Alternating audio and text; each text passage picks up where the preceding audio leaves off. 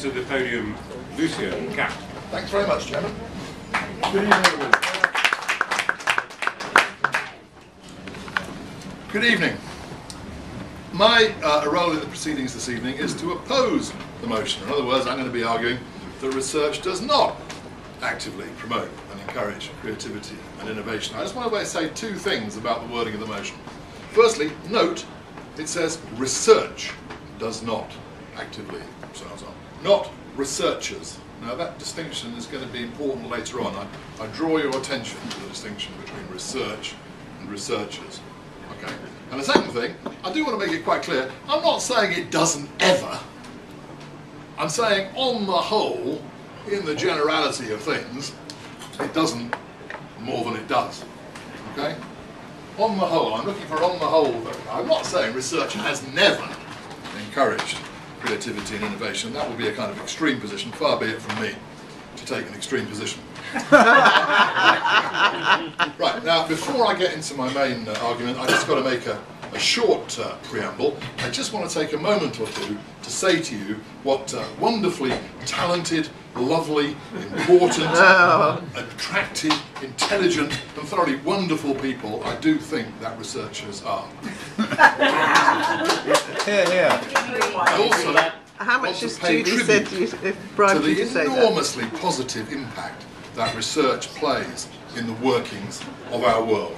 And I want to recognise explicitly the exceptional levels of integrity and professionalism that exist across the research industry. Did Judy write these for you? I want to just place on record my boundless admiration for the amount of innovation and development and progress that researchers have made within their own industry, adopting new techniques and new technologies. Having said that, I want to just briefly pause just to say hello to my lovely wife,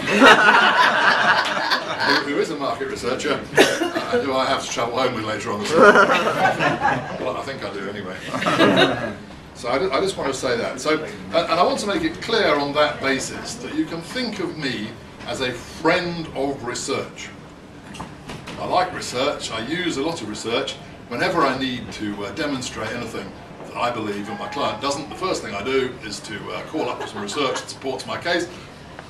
And that always helps me to win the argument. So I recognise the value of research very much. But that's not here what we're here to talk about today. We're here to talk about creativity and innovation. And that's where I think my issue with research is. Now I'm going to be talking about, really, in this talk, my background on the creative side of advertising and communications agencies. These days, the last 2 years, I've worked for myself, but before that, for God knows how many years, I was initially a copywriter, then a creative director, and then an agency chairman.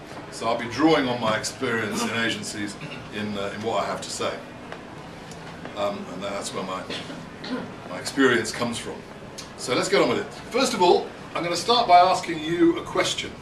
And I'm going to ask you a question on a 5-point scale, okay, where 5 suggests a very high level of agreement and 1 represents a very low level of agreement. Obviously the other point's kind of in between. Now the question is, in terms of creativity and innovation, where do we think that advertising is at the moment? If you think the level of creativity and innovation in advertising at the moment is very high, extremely high, can you put your hands up for 5? If you think that advertising is an all-time high in terms of creativity and innovation, can you please show 5? Hands up for 5. Robin's 5. Any other 5s? No. Any 4s? A couple of 4s, 3 or 4 of those. Pretty high. You think it's pretty high? 3s? Mediocre in the middle. Okay, 2s. Anyone for 2? Oh, a few 2s. Anyone right down at 1? Yeah, there's a 1 there. So it's a fairly sort of bell curve kind of distribution. There was quite a lot of 3s, a few 2s, not very many 5s. Not very many 1s. On the whole, we're not living in a golden age of advertising, okay? There are more market researchers researching advertising than there have ever been before. I checked the membership with the MRS. The membership with the MRS has increased from 23 members in 1946 when it began happy days, to 5,734 today, and altogether some 60,000 people are currently earning their livings working in market research. Now you may say, that not many of them are working in advertising. I haven't got a figure of how many of them are working in advertising research. What I have done is to randomly sample just over 10% member companies of the MRS to see how many of them claim expertise in advertising.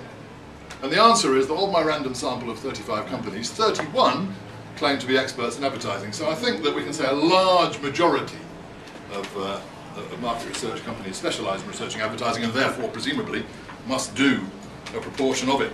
Now I could rest my case at this point, just saying that the creativity and innovation of advertising is a bit of a low ebb and it's all being researched. What more do I need to say? Yeah.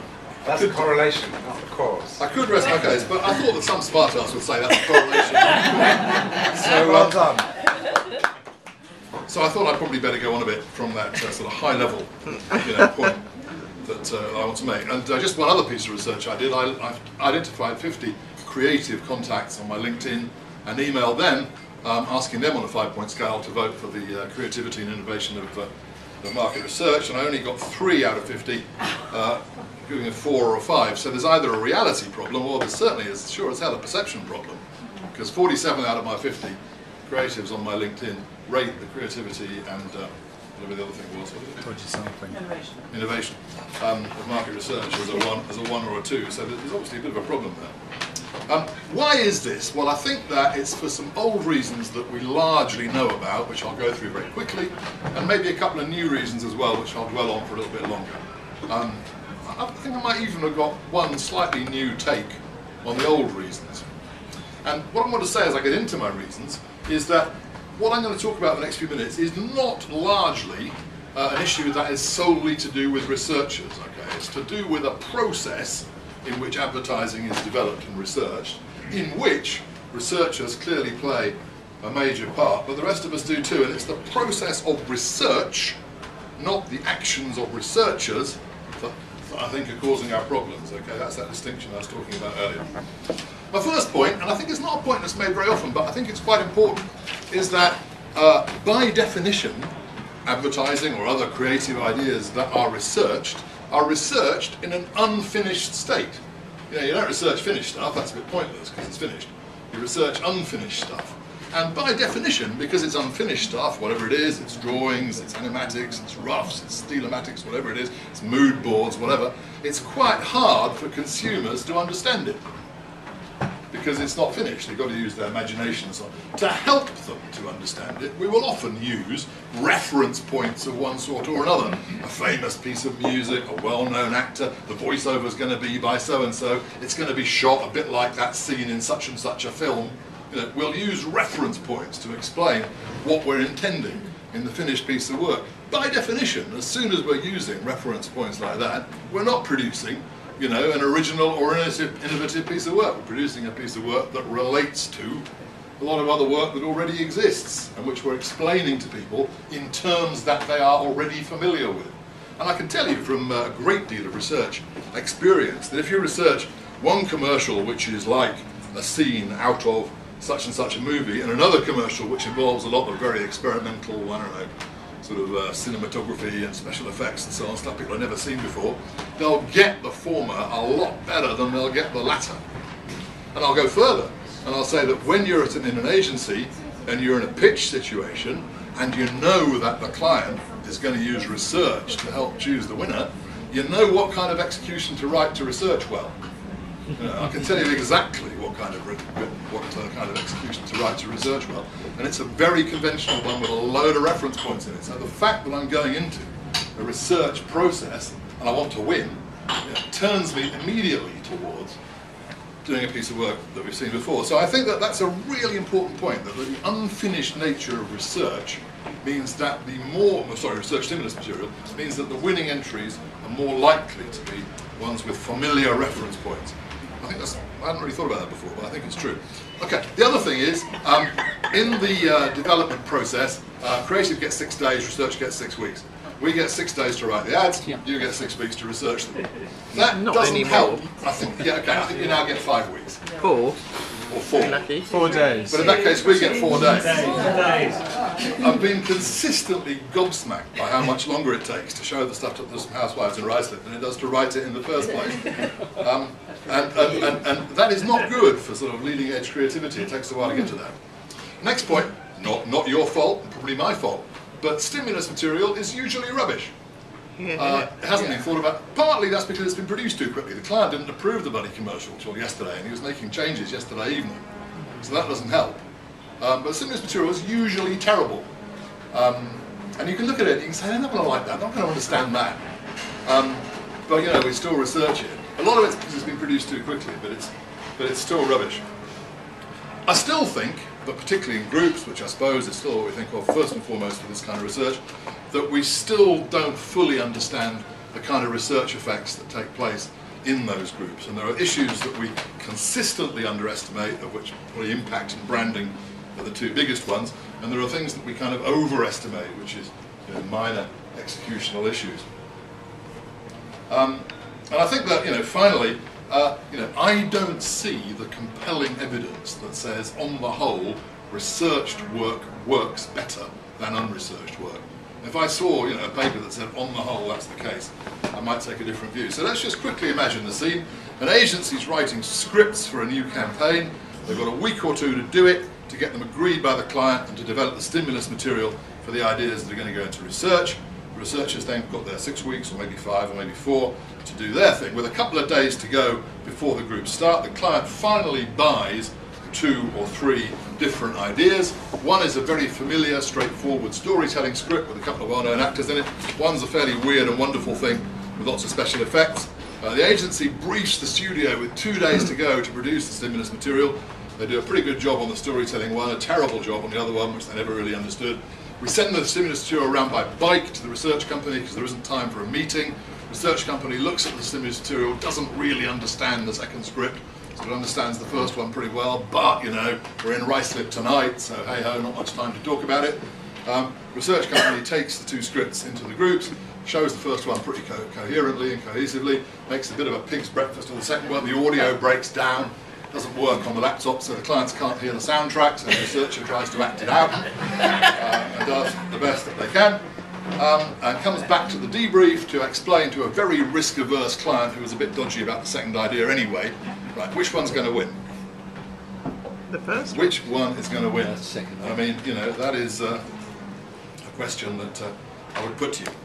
So I want to move on in the last part of my talk from the situation of, you know, old-fashioned, you know, groups and this kind of stimulus material to say a couple of things about the brave new world of online research that we've moved into in the last few years. And I want to make 2 points about this, and that'll be the end. They're quite long points, though. The first point is the use of online panels and, you know, online respondents for testing creative material. Now, I've got to be a bit harsh about this. I'm trying not to be harsh tonight. I'm really trying very hard not to be harsh. But I've got to say, there's a gravy train here. There's a lot of work to be done and a lot of money to be made, and some very nice low-cost research, very good margins. And I've got to say, I think a lot of very good professional researchers have thrown all of their principles and professional integrity out of the window in order to cash in on this kind of online creative testing. Most of what I see in that area is absolute rubbish, and it's a disgrace to the industry. And I mean that quite seriously, and I mean that at every level. Let's start by thinking about who's on those bloody panels. And I'll tell you one thing about those panels. If it's in financial services, it's usually me. Because I've signed up to the Legal and General panel 3 times, and to NMG's IFA panel twice, even though I'm not an IFA. But you can sign up. You can sign up without being one, and I might sign up 1 or 2 more times as well, because it's quite helpful being able to sort of vote, sort of quorum. So the quality of the panels is absolutely dire. You've got no idea what you're getting. The quality of the questionnaires is terrible, and the commonest problem is that you've got 3 or 4 different creative routes to sort of vote on, but you've got to vote on it after you've seen the first one, but before you've seen the second, third, and fourth. So how do you comment on what you're seeing when you don't know what you're seeing it against? The questionnaires are badly structured and badly designed. They've got lots of writing stuff which nobody can be bothered to do. They're getting paid to complete them anyway. Yeah, I don't, to be honest with you, you may have got the impression I'm not very keen on online. I don't think they have any legitimacy at all in terms of evaluating creative work. I think you might as well just put the work on the floor and throw darts at it to decide which campaigns to buy. So I'm not very keen on that. And finally, my last point, I'm going to take a minute or two over this, but it's quite good fun, is around the whole area which Caroline mentioned briefly, of the whole new world of co-creation, which is another partly online, partly offline, sort of fairly state-of-the-art approach to creative development. But the way I look at co-creation is that co-creation is the qualitative researcher's bid for world domination. It's the way that qualitative researchers can take charge of the whole creative development process, get those stroppy, difficult creative people out of the way, and just get into a room with some clients and some consumers and come up with some groovy ideas. I find that a fairly frightening concept. When I was writing this part of my talk, I remembered that I'd written a blog about this a couple of years ago, and I thought I'd just check back over my blog to see if there are any good bits in it. I wrote this 3 years ago. Actually, I think it's a really good blog, so if you don't mind, I'm just going to... Do you mind if I just read it to you? I've never read a bit of my blog in public before, ever. How long does it take? It takes a couple of minutes. Just on the question of time, can I just say, Chairman... Oh no, I have admitted my mistake. I did have a little negotiation with Claire. Get on with it. I don't mind, I'll not do it if you want, but it is quite punchy. I think you'll like it. All right. Okay, so I wrote under the heading of lunatics and asylums. Okay, and here's what it says. It says, creative people, and I say this as someone who still counts himself among them, even though I rarely pick up a pen in anger these days, are awful. Selfish, egocentric, lazy, bad-tempered, and worst of all, when it comes to the way our world is organised, just appallingly conservative. We hate change. We're entirely convinced that things were brilliant in the past, much worse in the present, and will be absolutely awful in the future. Which is why I respond extremely cautiously, to say the least, to the new big idea that has swept across a large chunk of my agency group. This is a group I used to work in before I worked for myself, okay? The new big idea is something called co-creation, and it's championed by one of the agencies within my group, FACE, who indeed describe themselves as co-creation specialists. In a nutshell, the big idea is that big ideas about brands, new ads, comms, products, websites, whatever, should be developed by means of a process that involves groups of people from the client company, from the target market, and to some extent from the agency, all working together in a collaborative process. This is clearly an idea that brings multiple zeitgeisty things together into a single Uber-zeitgeist. There's the whole crowdsourcing thing, the user-generated content thing, the interactive thing, the social networks thing, the collaborative working thing, the online research thing, FACE are originally a market research company, and all sorts of other things that you can read about in Revolution and New Media Age, all brought together into a single process. FACE are doing very well at it. So well that various other parts of my group have decided to get a piece of the co-creation action for themselves, and have launched a website to show off their wares. If you visit the website for a moment, you'll understand why I approach it with such caution. The kind of caution with which a platoon in Helmand province approaches a bump in the road with wires protruding. On the home page, for example, you'll see a link to a white paper called Do Brands Really Need Agencies? And although the white paper concludes that they may do, kind of, it certainly seems that they don't need agency creative departments. Instead, what they may need is the agency's meeting rooms and maybe a couple of agency planners to play a role in a series of workshops made up of clients and consumers and all moderated by people from FACE. My problem, and I suspect the problem of 99% of creative people, begins right at the beginning with the co-creation hub strapline. This says simply, doing things with, not at. I get this, of course I get it. I've read the case studies, seen the online co-created businesses, learned how you can harness the energy and enthusiasm of consumers to shape and build your brand. But, like 99% of creative people, I don't basically buy it. I don't basically accept that the best way to do creative things is with, not at. From Romeo and Juliet to Sergeant Pepper to the legendary Shake and Vac commercial, all the great flowerings of creativity have been done at, not with. Like 99% of creative people, I accept that up to a point, the consumer and indeed the client can play a valuable part in this process.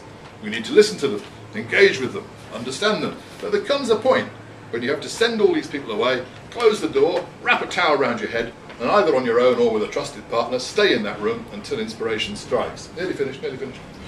In saying this, my friends at Face would say that I'm sounding like a dinosaur. And I'd have to accept that I'm deeply out of fashion. Face are developing their co-creation business about 20 times quicker than any other part of the group, including my bit. But as an agency creative who's been surrounded for decades by clients, account handlers, planners and researchers, all bitterly resenting the way that this stroppy, difficult, lazy bunch of creative people get almost all the glory going, despite playing such a limited and obstructive part in the process, I can't help suspecting that at another level, the success of co-creation reflects a long-sought opportunity for revenge. An opportunity led by the planners and the researchers who take overall control of the whole development process in the co-creationist world, and supported by the clients and the consumers who are promoted from bit part players to leading roles. This last paragraph, this blog's headline was, "Of Lunatics and Asylums." With researchers, clients and consumers taking charge of the whole creative process, I was not saying that the lunatics have taken over the asylum. On the contrary, I was making the depressing point that the asylum is now firmly back under the control of the warders, hospital orderlies and administrators. Well, there we are. That's what I said, and that's the end of my talk. Sorry if I've overrun a bit. Ultimately, what I'm saying is very simple. When everybody plays their part brilliantly, and when there's plenty of time and money, and we're working for brave clients looking for reasons to be creative and innovative, there's no reason at all why research has to be an enemy of creativity and innovation. But in real life, with no one playing their part quite that brilliantly, with not enough time and not enough money, and with risk-averse clients looking for reasons not to do things, an enemy of creativity is very often what research is. Thank you.